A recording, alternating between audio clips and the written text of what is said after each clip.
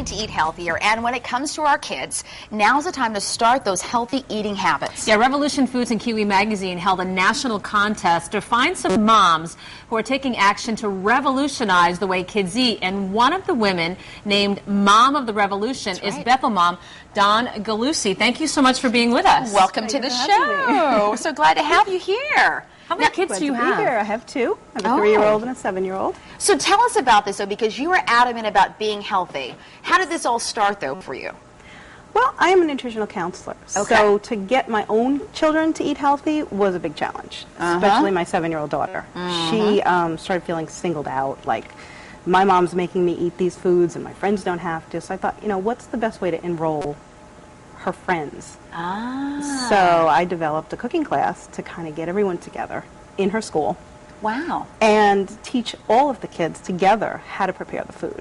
And again, this is gluten-free food. Yes. Well, no, not everything I prepare is gluten-free. My gluten-free line I developed not only for myself, because I'm gluten sensitive, but for the children with celiac, autism, ADHD, because I developed a program where I counsel the children, take them to the grocery store, show them how to shop, show them how to read labels, and then we get into the kitchen and we actually start cooking.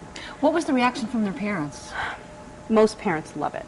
They really do. Because the children actually get to cook and bring the food home and share it. Well, we were talking earlier, Sarah, and you were saying that it's so hard to find something that actually tastes good. I mean, if it is gluten-free, sometimes it's not the best tasting. Right. It's dry, usually. Yeah. Or what they do is they take the gluten out and put the chemicals in.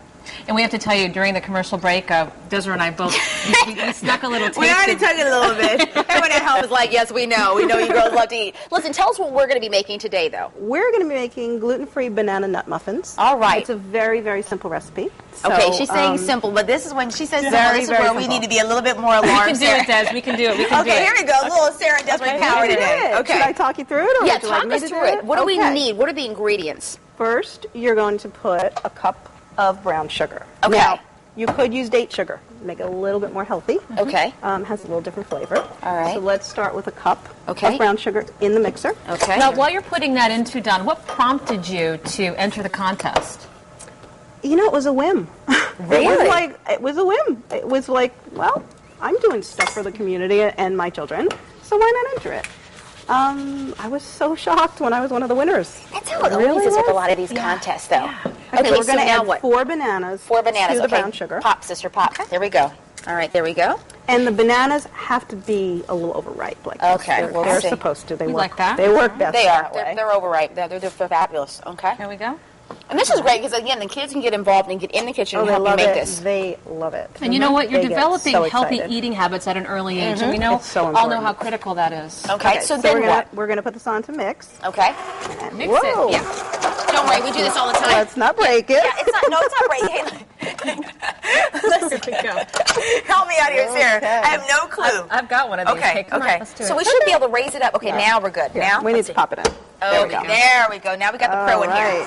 Okay. Okay, so while this is mixing, Okay. we're going to mix the flours together. Okay, mix the flours together. What We're going flours to do put you 1 cup of brown rice flour Okay. and 1 cup of almond meal. All right, so we'll do that. And again, using the brown rice flour, Dawn, correct? Yes, we're going to use brown rice flour. Okay. There we go, Sarah. There. We're going to put that in there. Let's put it in here. Okay. And tell us the difference, though. With brown rice flour, is that gluten-free? Brown rice flour is gluten-free. Almond meal is gluten-free. Yes, they're all gluten-free flours, and they work really, really well together in making it moist. I hate to ask this like I don't, but I really don't. I mean, you can buy this anywhere, I'm assuming, or is it just more of at your natural food stores? No. You can buy these flours. You can actually buy everything here in a regular grocery store. And that was another thing that I developed, is that I didn't want parents to have to run to special stores to buy these ingredients. Because it gets a little crazy. It can be then it daunting. gets hard. We're going to put a teaspoon and a half of baking powder. Baking powder. In the bowl. A teaspoon and a half?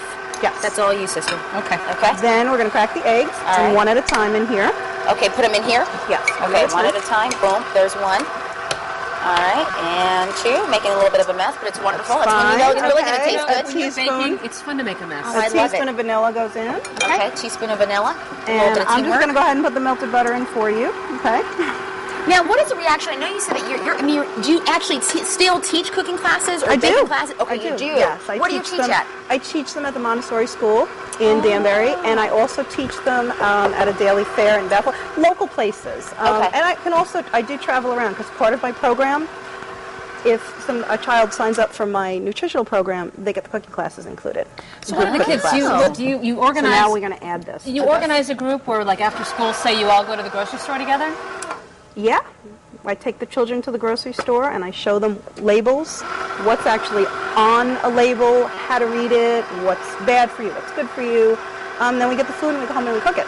And when the kids are reading the labels, are they surprised, too, to find out just how much sugar is in a lot of these products? You know what they're surprised about? That SpongeBob is not healthy for you. Oh, I know. I think we're all like, I have a 3-year-old son. But it is so things we do have to be cautious of, because we were talking earlier, when we have coffee every blue moon for a long time, you want to add those little sweeteners, and you're like, No, I teach them what's actually in those artificial sweeteners. A lot of foods are lab created. Do you find that people like us who are not necessarily gluten sensitive, are people kind of making that switch? Yes. You know why? Gluten is named very appropriately. It acts like glue in a lot of people's bodies. So a lot of people are finding when they go gluten-free, they actually feel a lot better. And then there are the people who actually have to be gluten-free, which are the celiacs. And, I feel for them because I'm very, very gluten intolerant. And Des, I mean, when on those days when ice cream scoop these. Oh, ice cream scoop this. Okay, go for it, Sarah. When you're on those days when you're pigging out on junk food, you really feel it the next day. I know. I got to get better about it because I have a lot of those days, Sarah.